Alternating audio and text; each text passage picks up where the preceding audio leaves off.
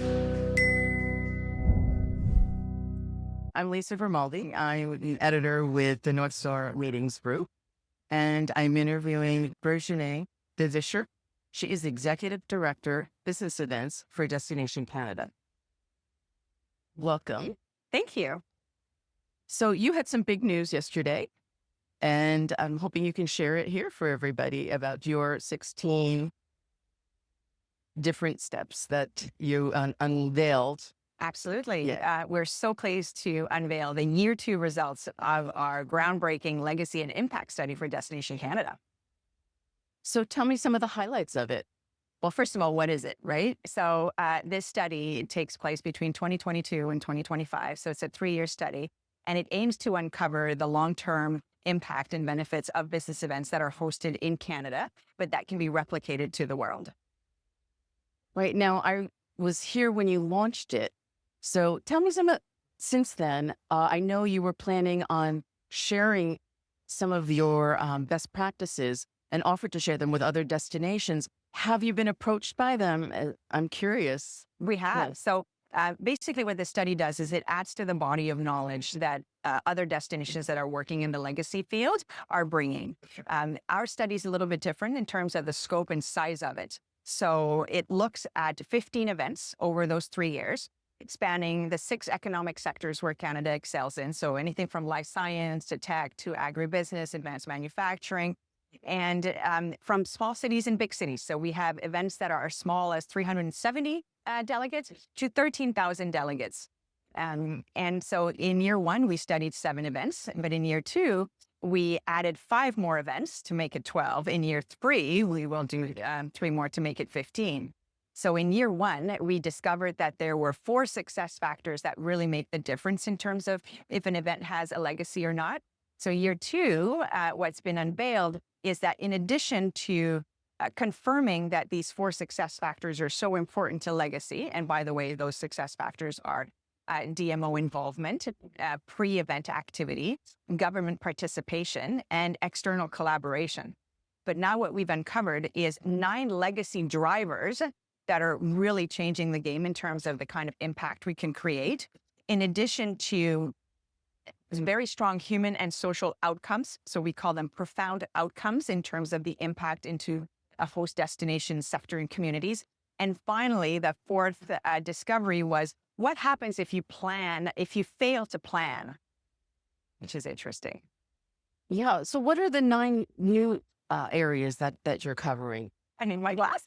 I do too. So I'll read them to you. The Yes. 9 legacy drivers that really make a difference. So knowledge transfer, capacity building, sector innovation, legacy framework. So is there a legacy framework in place for the event? Diversity, equity, and inclusion frameworks and initiatives, showcasing local expertise.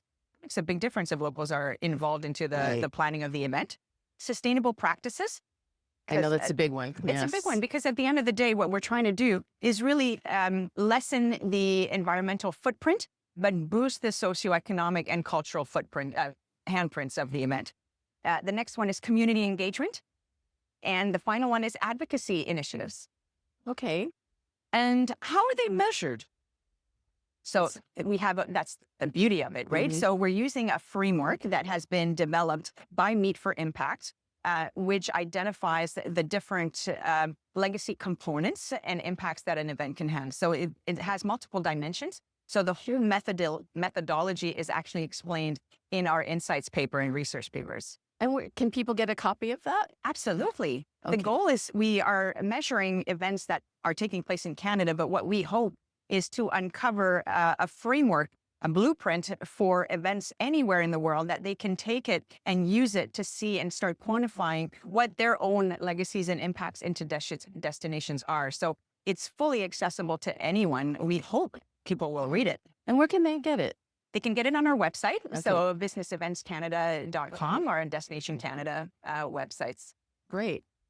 When we were talking, I'm just curious, is it a specific type of event that has to be considered for legacy? Does it have to be association? Could it be corporate? Could it be an incentive? So the beauty of it is it can be any type of event. As I mentioned, that's what we're trying to do. regardless of the size, because ours span from 370 to 13,000 people, span all different sectors. They're mostly association events.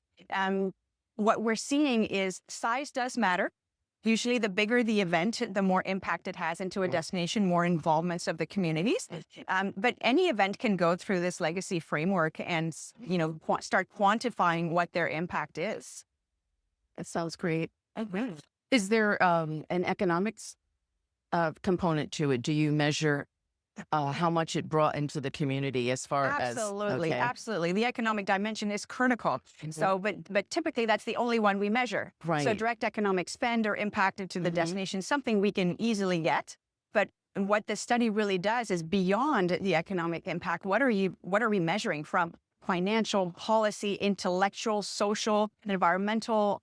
And those are all the dimensions that we're trying to measure, because that's the hard part is we know events bring benefits to a destination, but how do we quantify the investment that's created, the talent attraction that is brought in to spurring innovation? All of that is not quantified yet. So that's what we're really trying to uncover. Now, I'm just curious, as Destination International, have you worked with them at all? Because I know they represent a lot of CVBs, and I would think that would be a natural fit if they wanted to borrow a framework. They totally could borrow the framework.